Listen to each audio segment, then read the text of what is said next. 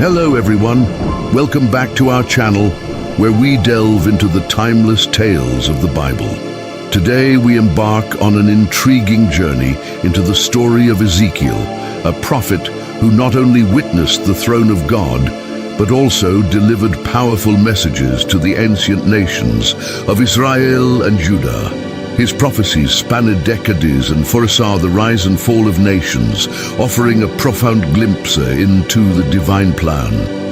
Join me, Bible Stories, as we unravel the captivating narrative of Ezekiel and explore the profound messages embedded in his prophecies. Ezekiel means God will strengthen, or God will prevail. Like Jeremiah, he was both a priest and a prophet, part of the large group of captives transported to Babylon by Nebuchadnezzar in 597 BCE, 10 years before the destruction of Jerusalem.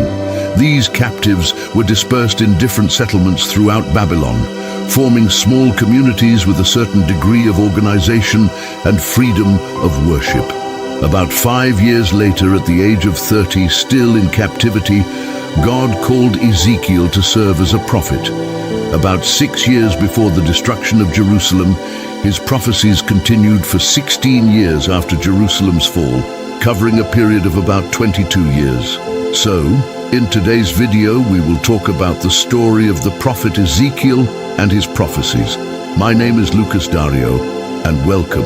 The testimony of Jesus Christ and the overflow of grace. So, let's get started. But before we dive into Ezekiel's prophecies, I'd like to ask for your help. Please subscribe to the channel and activate the notification bell. If you enjoy the video, give it a like. It really helps me produce more content. Without further ado, let's proceed to the video. Ezekiel's message. Ezekiel's primary commission was to act as a watchman on behalf of God. His message was directed to Jerusalem and Judah, mentioned 23 times in the first 24 chapters. Interestingly, the phrase "House of Israel" occurs in 78 verses of the book, while "House of Judah" is found only 5 times. Many people mistakenly assume that these terms refer to the same group, but not all Jews are Israelites, and not all Israelites are Jews. The 10 tribes of the house of Israel were taken captive to Assyria about 130 years earlier, while the house of Judah remained. At times, Ezekiel seemed to use the term "House of Israel" somewhat loosely, especially in the first part of the book, the first 24 chapters. The context clearly shows that he was addressing the Jews and Jerusalem. In other places, he is addressing the sister nation of the Jews, the house of Israel. Through Ezekiel, God warned them of imminent destruction unless they repented and abandoned their idolatrous and sinful practices. People were unequivocally informed that if they did not heed God's admonitions, they would be held accountable and suffer the consequences of their actions. Predictions of happiness, peace, and abundance. Like all prophets, Ezekiel did not bring only a message of condemnation and sorrow. God proclaimed that after the Israelites suffered humiliation and national deprivation due to their disobedience, Christ would return to inaugurate a time of unparalleled peace and harmony among all nations. As the King of Kings and Lord of Lords, Christ would return to establish his just rule over the nations. Ezekiel's prophecies. To understand Ezekiel's prophecies, some historical background is necessary. From the time of Moses to King Solomon, about 5 centuries, Israel referred to 12 tribes that constituted a nation. However, after Solomon's death, the nation split into 2, the 10 northern tribes called Israel and the southern tribes of Judah and Benjamin, along with part of Levi called Judah. These 2 nations resided in the land God gave them for over 2 centuries. After persistent disobedience, the northern 10 tribes, the nation of Israel, were enslaved by the Assyrians, and from there, these people migrated, becoming lost to historians over the centuries. They are now known as the Lost Tribes of Israel. The remaining southern tribes, comprising the nation of Judah, continued for over a century until their sins led to God's condemnation. The Babylonians became the conquering nation, deporting them in several waves. Now let's delve into the astounding prophecies of Ezekiel. Before going into detail about Ezekiel's prophecies, I want to clarify that I won't explain their meanings here, as it would require hours of content. Many of them refer to literal and symbolic things, much like the books of Daniel and Revelation. I often address these topics gradually in explanatory videos. With that disclaimer, let's continue. First prophecy, chapters 4 to 7. In chapter 4, Ezekiel is instructed to make a model of Jerusalem and besiege it. He then lies on his left side for 390 days, symbolizing 390 years of iniquity for the house of Israel.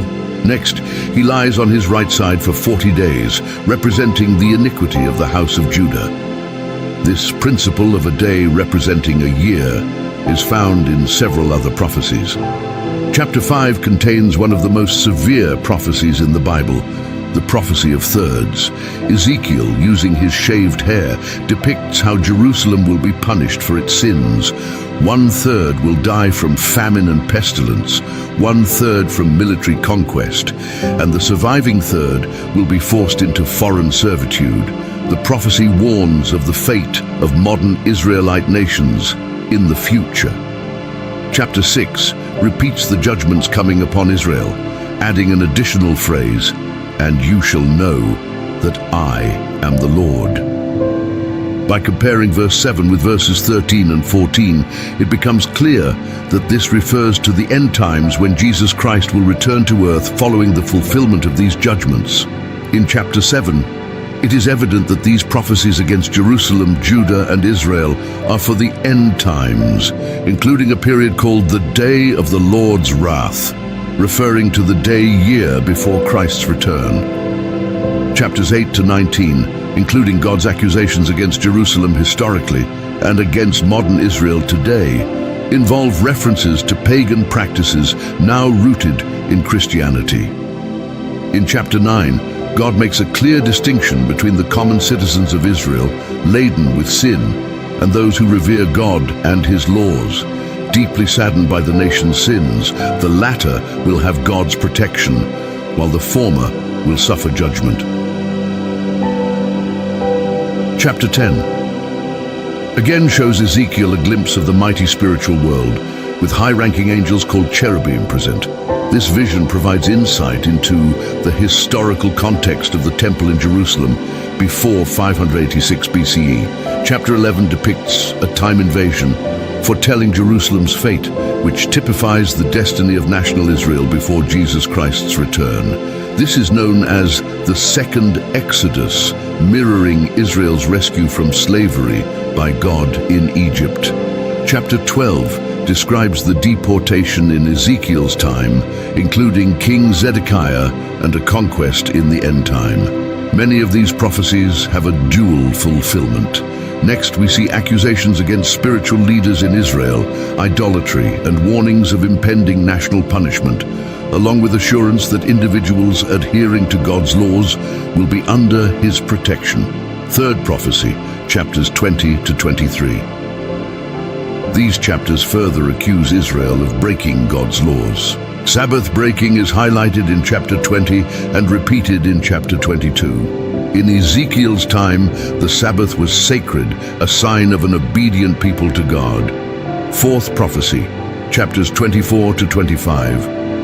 In chapter 24, God allows Ezekiel's beloved wife to die without visible mourning. This symbolizes Israel's impending terrible demise.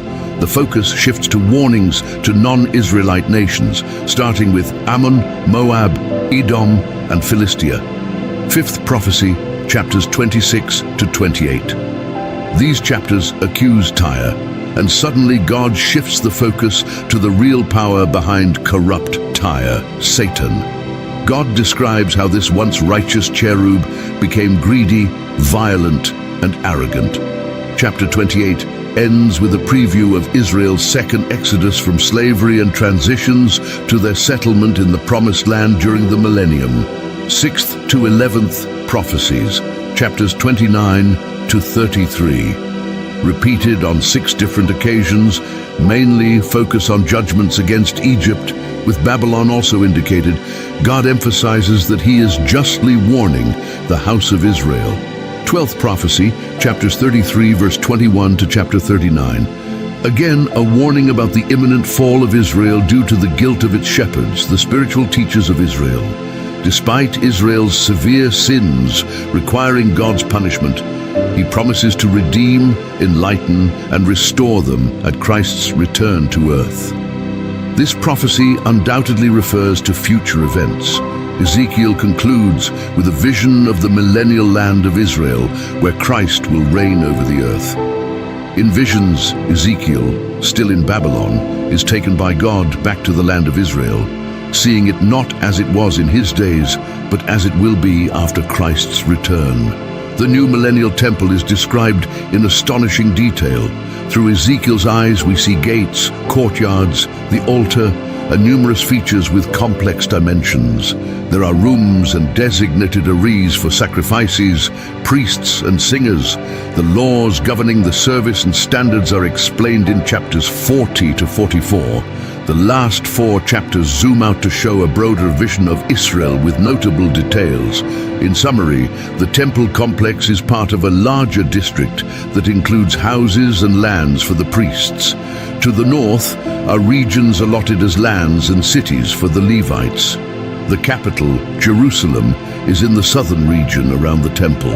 Surrounding the city are fields for agricultural cultivation.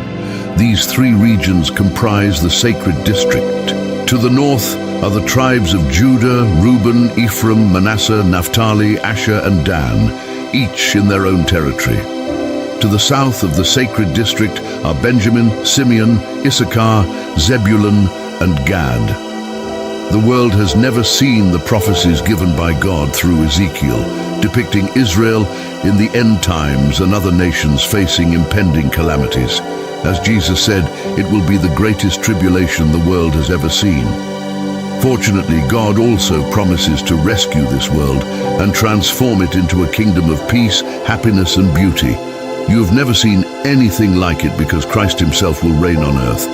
And as Ezekiel's final words declare, the Lord is there. As we conclude our exploration of Ezekiel's story and prophecies, we're reminded of the enduring wisdom found in the pages of the Bible. The messages delivered through Ezekiel resonate across time, offering lessons of repentance, redemption, and the ultimate sovereignty of God. We hope you found this journey through biblical history enlightening and inspiring. Don't forget to subscribe, like, and hit the notification bell to stay updated on our upcoming Bible stories. Thank you for joining us on this spiritual voyage, and may the timeless truths of the Scriptures continue to guide and inspire you. Until next time, stay blessed and keep the faith.